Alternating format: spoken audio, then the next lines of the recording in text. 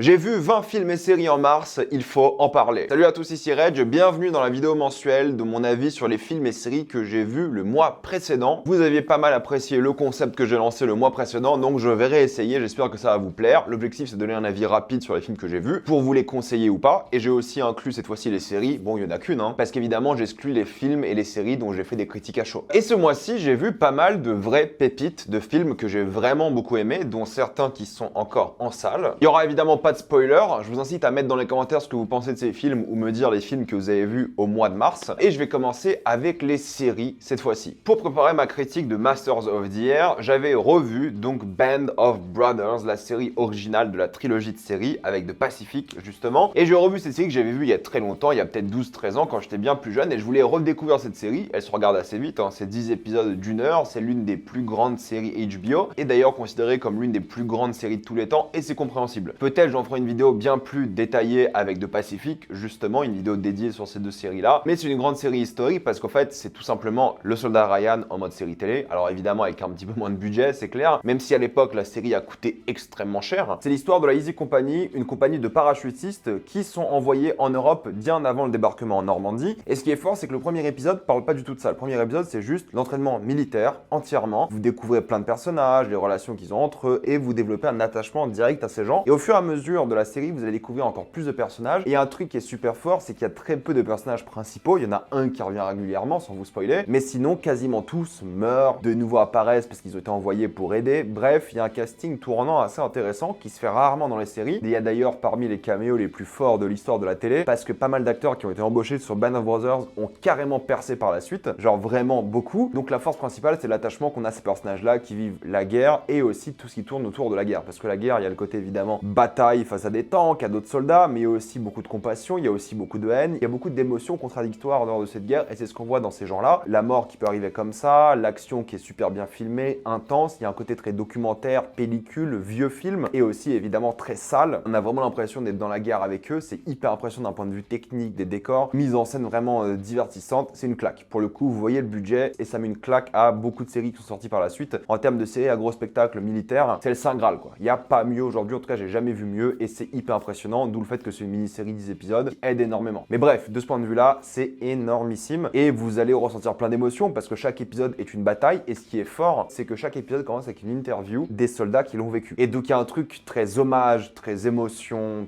très dur à regarder aussi parfois, surtout l'épisode avec le camp de concentration. Il y a plein de moments qui sont vraiment hardcore pour le coup, émotionnellement je veux dire, mais aussi visuellement, on dirait un énorme hommage à ces soldats américains sont venus ici, un hommage aussi aux résistants, un hommage aussi aux gens qui aidaient ces soldats. C'est un point de vue très américain, n'oubliez pas pour le coup. C'est une fresque de l'Amérique dans la guerre pendant 10 heures, voire plus d'ailleurs. J'ai trouvé que la série s'améliorait d'épisode en épisode, et le dernier épisode est paradoxalement l'un des plus beaux et les plus tragiques de la série. Donc franchement, si vous l'avez pas vu, c'est l'une des plus grandes séries de tous les temps. J'ai adoré mon rewatch. Pour les fans de séries, que vous aimez ou pas les films de guerre, au final, je pense que c'est un must. Maintenant, pour parler film, j'ai évidemment vu Ferrari de Michael Mann. Et écoutez, Ferrari de Michael Mann, c'est peut-être le film de Michael Mann que j'aime le moins. Non pas que j'ai détesté, j'ai passé un bon moment devant, c'est passé assez vite, c'était relativement divertissant, j'ai même appris quelque chose. Mais c'est vrai que le film a pour moi plusieurs problèmes. Premièrement, je trouve que Michael Mann est assez timide en termes de mise en scène. On retrouve pas trop sa vibe qui est présente dans quasiment tous ses films, sauf à la fin. Genre la course finale de voiture de Ferrari, je vais pas vous faire le speech, vous savez ce que c'est Ferrari. C'est l'histoire de Enzo Ferrari. La course finale a vraiment sa vibe et son esthétique, et ça a été filmé en extérieur, ça se ressent en plusieurs villes et tout, c'est génial en Italie. Tu ressens la vibe Michael Mann, mais la toute première partie du film, je sais pas de quoi parle le film. Est-ce que c'est l'histoire de la relation familiale de cet homme? Est-ce que c'est l'histoire du personnage de Penelope Cruz que j'ai trouvé tellement cliché, inintéressant et assez pénible à suivre au final? Et la performance du coup n'a pas pu sauver l'écriture du personnage. Est-ce que c'est son héritage? Est-ce que c'est son entreprise? Est-ce que c'est les courses? En fait, le film tacle tellement de choses qu'il se concentre jamais sur rien. Et le seul moment où il se concentre sur un truc, donc la course finale, c'est vraiment bien mis en scène, c'est divertissant, c'est beau, rien à dire, c'est super. Mais malheureusement, c'est pas assez pour moi. Ça ne sauve pas le film. C'est pour moi le Michael Mann le plus oubliable que j'ai vu depuis un moment. Alors oui, il y a certaines séquences, encore une fois, surtout vers la fin, qui m'ont plu visuellement, et vous allez adorer justement la course finale, qui est au final pas forcément intense mais paisible jusqu'à un moment donné. Et je trouve que là, il va y avoir beaucoup de respect pour l'histoire et ses personnages, mais même Adam Driver, quoi, j'y ai pas vraiment cru. Il est pas mauvais pour le coup. Franchement, c'est un biopic tellement inintéressant. C'est quand même grave de faire un biopic inintéressant sur Enzo Ferrari qui a changé le monde de l'automobile, de la course, de le prendre sur tous ses angles différents et de n'offrir rien de fascinant. Pendant la première partie du film, il y a les touches un peu spécifiques de Michael Mann avec ses gros plans sur les personnages et le fond derrière qui est très visible, et d'autres idées de montage qui sont typiques de lui, mais globalement globalement, je dirais pas quel ennui ce film, mais quelle déception. Il y en a qui vont adorer, il y en a qui vont détester, moi je suis un peu entre les deux, j'ai ni adoré ni détesté, je l'ai vu, je l'ai oublié, je voulais en faire une critique à la base, mais le film m'a tellement saoulé, parce que j'étais déçu, je m'attendais à mieux, surtout vu le budget de 100 millions quoi, tu dis quand même, il y avait moyen de faire mieux, et au final, bah je suis carrément déçu. Encore une fois, ça reste divertissant, mais je pense que pas beaucoup de personnes m'en sont rappelées, parce qu'il n'y a pas grand chose à se rappeler de ce film là au final, et ça c'est triste. Par contre, l'un des films que j'ai beaucoup aimé, c'est Perfect Days, que j'avais raté au cinéma en fin d'année dernière, que j'ai vu enfin, et Perfect Days, c'est donc l'histoire d'un homme à Tokyo qui nettoie les toilettes de Tokyo. C'est son travail, et le but du film, c'est donc d'être plongé dans la vie de cet homme, et la manière dont il trouve de la beauté dans son travail. Au premier abord, on dit que c'est un travail assez indigne, ou pas forcément très intéressant au final, et c'est un peu ce que le film dit à certains moments via d'autres personnages, des gens qui prennent pas son travail au sérieux, alors que lui le prend vraiment au sérieux. Mais c'est surtout l'histoire d'un homme qui cherche la beauté dans l'art, dans la nature, dans la vraie vie, dans la manière de vivre justement, qui rend son travail encore plus agréable. Ça se ressent beaucoup par la musique, l'une des meilleures BO de l'histoire du cinéma, je déconne même pas. Excellente BO, ça se ressent par la manière dont Wim Wenders filme la nature, les lumières et ses faisceaux de lumière justement. D'ailleurs, il y a une scène post-générique que je vous conseille de regarder qui est hyper intéressante. La prestation de l'acteur principal est absolument dingue, il est excellent, il est touchant, il est drôle, il est parfait quoi, rien à dire. C'est un film, tu t'ennuies jamais quoi. Et entre guillemets, il se passe rien, mais il se passe tellement de choses. L'appréciation de la vie de cet homme, la manière dont il reconnecte avec sa famille, on parle un peu de son passé, la manière dont il aime l'art, la lecture, ces choses-là, et la manière dont il a vraiment l'air heureux, même s'il cache quelque chose, je vais pas vous en dire plus que ça, mais c'est fascinant pour le coup. Il y a plein d'idées de mise en scène qui sont incroyables, la manière dont on montre quoi la ville, la manière dont il montre justement ses toilettes, le montage, comment il est fait. C'est un film super paisible, super divertissant, et il y a plein d'idées, surtout par exemple quand il rentre dans une bibliothèque ou librairie, peu importe, il y a le fameux vertigo effect qui rend justement la bibliothèque bien plus grande autour de cet homme pour expliquer que cet homme-là, bah, il est dans un endroit qui l'englobe, qui lui fait plaisir, il se sent à la maison. Il y a plein de moments comme ça qui sont fascinants, qui sont géniaux, je trouve. Le film est magnifique, sublime, les needle drops justement de cette musique sont parfaits aussi. C'est la beauté du quotidien tout en plongeant dans les regrets d'un homme. C'était vraiment émouvant et ça m'a donné envie d'aller à Tokyo plus que beaucoup d'œuvres que j'ai vues dans ma vie. Un film purement optimiste, plein de belles choses, réconfortant, bref, l'un de mes films préférés de la vidéo. Si vous ne l'avez pas vu, franchement, foncez. J'ai aussi vu American Fiction, qui était l'un des films nommés dans la catégorie meilleur film aux Oscars. C'est l'histoire d'un auteur noir qui ne veut pas écrire des histoires d'hommes noirs entre guillemets. Du coup, il écrit des choses qui n'ont rien à voir avec sa couleur de peau et pour rigoler et se moquer du fait que ça ne marche pas, il décide d'écrire un livre très noir entre guillemets, très cliché et ce livre cartonne et c'est une satire sociale très peu subtile de comment nous voyons justement les noirs au cinéma, dans l'art, la manière dont les producteurs blancs utilisent justement cette misère entre guillemets pour vendre. Paradoxalement, la manière dont ça connecte aussi avec beaucoup de personnes noires, c'est pas du tout intelligent, c'est pas du tout subtil, mais c'est assumé. Et c'est bien rythmé. Pareil, je crois les 2 heures de film passent super vite. Tu vois que tous les gens impliqués voulaient vraiment raconter cette histoire, ils voulaient s'éclater avec et tu sens l'amour pour l'œuvre en soi, ce qui est vraiment une bonne chose. Il y aura pas forcément d'idée de mise en scène, la photographie est vraiment basique, il n'y a pas forcément de beaux plans. Oui, les acteurs jouent bien, pour le coup, rien à dire, ils sont efficaces, ils sont touchants à certains moments, ils sont drôles, nickel. C'est difficile à conseiller en soi, même si c'est divertissant, et je comprends la victoire meilleur scénario adapté pour le coup, parce qu'en vrai, ce qu'il raconte est intéressant. C'est juste qu'en tant que film, je trouve pas ça forcément très techniquement et artistiquement impressionnant. Et la compétition aux Oscars dans cette catégorie n'était honnêtement pas très forte cette année. Bref, c'est divertissant, mais fatalement assez oubliable. J'ai aussi vu Roadhouse, du coup, l'original de 89, avant de voir le nouveau qui est sorti là, dont j'ai fait ma critique. C'est pas terrible en soi, hein. Les gens qui bandent sur ce film, je ne comprends pas. Je ne comprends pas pourquoi ce film est devenu culte. C'est risible, c'est ridicule, c'est mal filmé, c'est mal chorégraphié, c'est presque nanardesque à certains moments. C'est clairement un produit pur des années 80 dans tout ce qu'il fait, dans sa forme, dans la manière dont tout le monde joue, de la manière dont ça pue le sexe pour le coup. Ça a clairement super mal vieilli pour le coup. Quasiment tout le monde joue mal, violence excessive, vraiment pas impactante. L'aspect capsule temporelle est intéressant, mais recommander ce film en 2024 c'est compliqué et bordel que c'est long quoi. J'ai pas détesté, mais franchement que ce truc est devenu culte, c'est incompréhensible. C'est passable, correct au mieux quoi. Ensuite j'ai revu les films Kung Fu Panda, les 3. Je vais aller assez vite parce que je trouve maintenant en ayant vu toute la trilogie et toute la saga, du coup j'ai fait ma critique à chaud du 4e film, je trouve que cette trilogie est sympatoche, mais franchement ça finira jamais dans un top des meilleurs films d'animation de l'histoire quoi.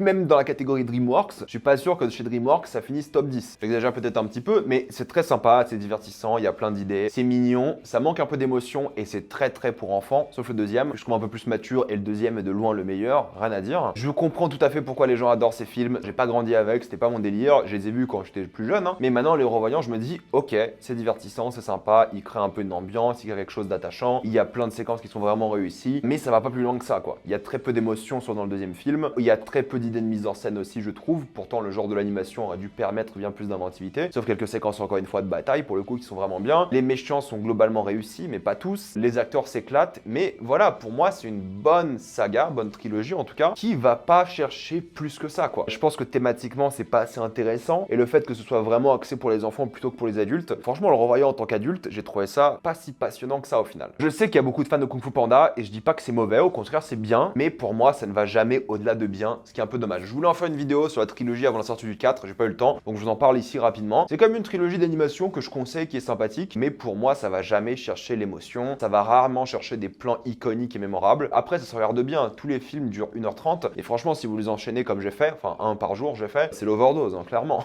Franchement, tout est tellement similaire et répétitif, vous voyez la même histoire 4 fois, faut réussir à l'accepter aussi. Hein. Donc en petite dose, genre tous les 6 ans, pourquoi pas. J'ai aussi revu La Nuit du Chasseur, dont je vais pas parler ici parce que j'en ai parlé dans ma vidéo des films à voir dans sa vie, je vous conseille d'aller la voir pour plus d'informations si vous voulez. Par contre, j'ai vu Vampire humaniste cherche suicidaire consentant, c'est l'histoire d'une jeune vampire qui refuse de tuer des hommes ou des femmes d'elle-même et qui décide de trouver quelqu'un qui est dépressif et suicidaire qui est prêt à se sacrifier pour qu'elle tue quelqu'un et boive son sang afin de survivre. J'ai vraiment beaucoup aimé ce film, très drôle, très touchant, avec une esthétique que j'ai beaucoup aimée. C'est un film qui parle de dépression, c'est un rite initiatique, donc il faut chercher sa place dans le monde. Imaginez-vous Vampire en toute intimité et garder un petit peu de la comédie du film et rajouter de la romance comme dans ce film-là. C'est une belle histoire d'amour, vraiment divertissante, vraiment drôle. Je pense que c'est encore dans quelques salles aujourd'hui. C'est un film québécois et c'est super bien joué. C'est vraiment, je le répète, drôle. J'adore la manière dont ils incorporent justement le lore des vampires, comme Vampire en toute intimité hein, pour le coup. Et moi qui aime bien d'ailleurs le film et la série, ce film était vraiment plaisant. Alors oui, c'est pas en mode documentaire, hein, mais j'ai beaucoup aimé l'esthétique. Tu vois que c'est un film à petit budget, mais il s'amuse vraiment avec les décors, les environnements. Les acteurs ont tous une vraie alchimie. T'adores les suivre, t'as plein de séquences qui sont vraiment adorables et en même temps qui sont gore et violentes. Si vous voulez voir une comédie romantique, si on peut appeler ça une comédie romantique ou alors de l'horreur comique, je sais pas, ce que vous voulez, peu importe, c'est très bien. C'est chou, il y a du cœur, les acteurs s'éclatent, il y a plein d'idées de mise en scène qui sont vraiment cool, je trouve. C'est hyper bien rythmé, ça dure 1h30, je crois même pas, ça se regarde très vite. Rien de révolutionnaire, mais plein de moments vraiment pour le coup intelligents. Et je vous recommande vraiment cette comédie romantique, horrifique, noire, j'imagine. Bref, foncez, c'est trop mignon et adorable et j'ai beaucoup aimé. J'ai aussi vu le film Spaceman pour le coup, c'est sur Netflix, c'est l'histoire d'un homme qui vit tout seul dans l'espace. Il est dans une mission qui dure 500 jours, je dis pas de bêtises, mais à la moitié de ces 500 jours, il commence à perdre la tête, la relation avec sa femme ne va plus trop, et c'est là qu'intervient une araignée géante. On sait pas si elle est dans sa tête ou si elle est réelle pour le coup, faudra regarder le film pour savoir, qui va jouer à la psy. Et oui, l'araignée est vraiment curieuse des humains et décide de lui poser plein de questions et essaie de reparer la relation amoureuse qu'il a avec sa femme. Pour moi, c'est le film ASMR.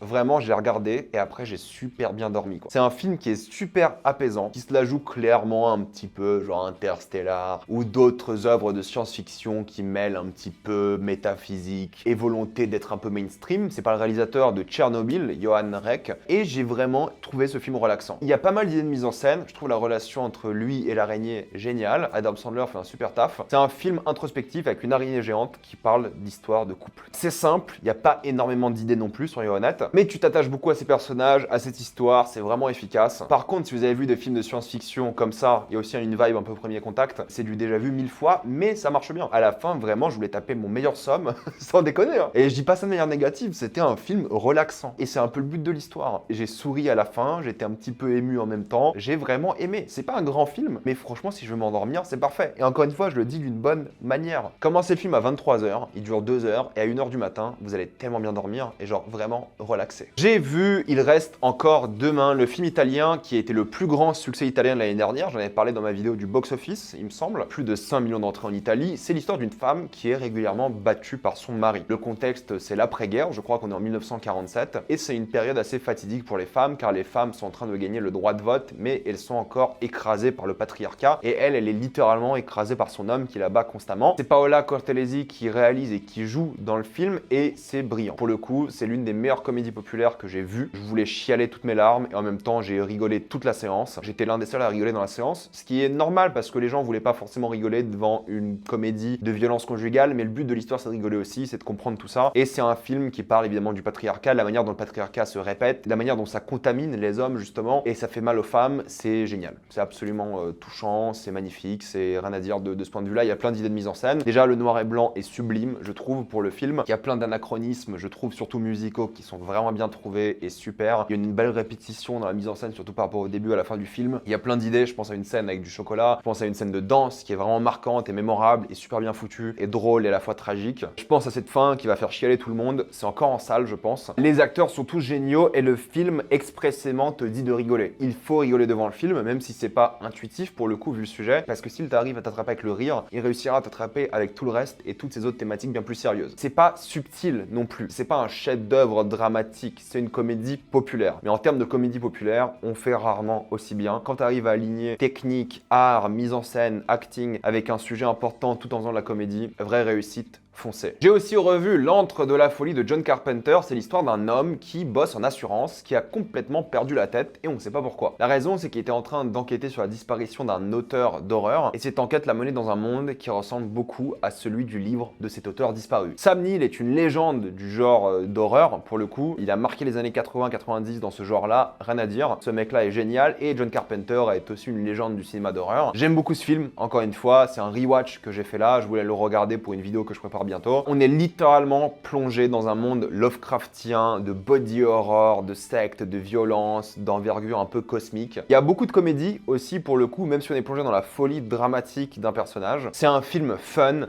très années 80 aussi, mais qui assume complètement son délire. Il y a plein de séquences inventives, jouissives. Pour les fans d'horreur, c'est un classique que vous devez regarder et on en parlera bien plus en détail, pas forcément de ce film, mais de ce genre de film dans une vidéo, je pense, bientôt. Un autre film que j'ai beaucoup aimé s'appelle La jeune fille et les paysans. C'est l'histoire d'une jeune femme qui est forcée de marier un vieil homme alors qu'elle est amoureuse de son fils. C'est un magnifique film d'animation qui a été entièrement peint à la main. Pour ceux qui ont déjà vu le film Van Gogh qui a été fait par les mêmes personnes, vous savez de quoi je parle. Le film Van Gogh, si vous l'avez pas vu, foncez. C'est l'histoire de Van Gogh mais peinte dans son style, c'est génial. Vu que c'est un studio polonais, là ils ont fait une histoire bien plus polonaise, ça se passe en Pologne, dans un village polonais. Ils ont joué toutes ces scènes en vrai, les acteurs, dans des studios, et ensuite ils ont repeint tout par-dessus. C'est un procédé qui est déjà utilisé beaucoup dans l'animation, sauf que là c'est fait à la main. D'après ce que j'avais lu, je crois qu'ils avaient peint plus de 70 000 tableaux pour le film, vu qu'une seconde c'est 25 images, mais bref, il y a moins d'images parce que c'est moins fluide que ça, c'est hyper impressionnant et magnifique. Mais c'est vraiment une ambiance de fou. Encore une fois, ça parle de patriarcat. Il y a un côté intemporel parce qu'en soi, ça pourrait très bien arriver aujourd'hui, ce qui se passe là, dans des régions un peu moins habitées, dans des villages. Donc déjà, l'animation est sublime. Vous allez plonger dans un petit village polonais où vous allez découvrir plein de personnages avec leurs histoires politiques, leurs magouilles, leurs débats sur l'héritage et tout. C'est top. C'est un film où la femme n'est pas respectée au point que les hommes et le patriarcat va réussir à opposer les femmes entre elles, détruire toute sororité possible. Et pas que le patriarcat aussi, il y a un côté très féodal et capitaliste un peu à la chose. On va suivre cette jeune femme qui ne peut faire confiance à personne et c'est dramatique, c'est beau, c'est touchant. C'est dur à regarder à certains moments, même en animation, je vous jure, il y a des séquences qui sont assez hard. C'est pas un film pour les enfants, hein, je précise. Il y a beaucoup de violence, il y a beaucoup de nudité. C'est pas du tout pour les enfants. Le film a une ambiance qui est à la fois apaisante mais malsaine et ça joue par les magnifiques visuels, la manière dont on est plongé dans cet univers via les nombreux plans larges, la manière dont on découvre plein d'habitations, mais aussi la musique qui est géniale. C'est un monde qui est à la fois idyllique mais qu'on déteste et dans lequel on veut pas vivre et c'est ça la force du film, c'est ces sentiments contradictoires et en même temps cette fin qui est géniale, qui représente bien le film. La narration est un petit peu trop décousue à mon goût et ça aurait peut-être pu être un peu amélioré, mais bref, c'est génial, je vous le conseille aussi. C'est aussi l'un des meilleurs films que j'ai vu cette année. Voilà, c'était une vidéo sur tous les films que j'ai vus ce mois-ci. Mettez-moi dans les commentaires votre avis sur ces films ou tout simplement les films que vous avez vus récemment. Comme d'habitude, pensez à vous abonner à la chaîne pour voir les prochaines vidéos. Mettez un j'aime, ça aide beaucoup la chaîne. Suivez-moi sur tous mes réseaux pour plus de débats, critiques, actualités et concours. Et moi, je vous dis à la prochaine fois. Salut à tous.